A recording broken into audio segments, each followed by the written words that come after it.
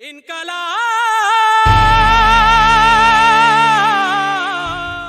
اللہ الرحمن الرحیم۔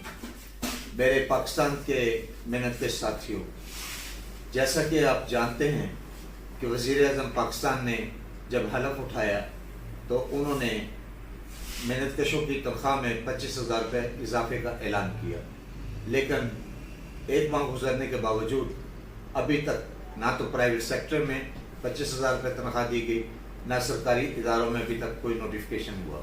مزدور بہت پریشان ہے۔ آپ امیجن کر سکتے ہیں کہ 20,000 یا 25,000 روپے میں ایک مزدور کی زندگی کس طرح گزرتی ہے۔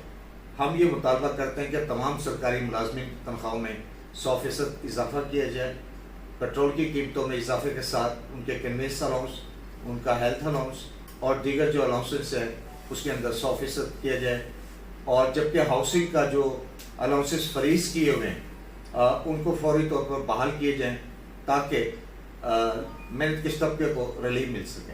اصل وارث جو ہے پاکستان کے وہ محنت کش طبقات ہیں جن کی وجہ سے پاکستان کا پہیہ چل رہا ہے۔ اگر اس طبقے کو پیس کے رکھ دیا گیا تو یقین کرے کہ بہت بڑا طوفان آئے گا۔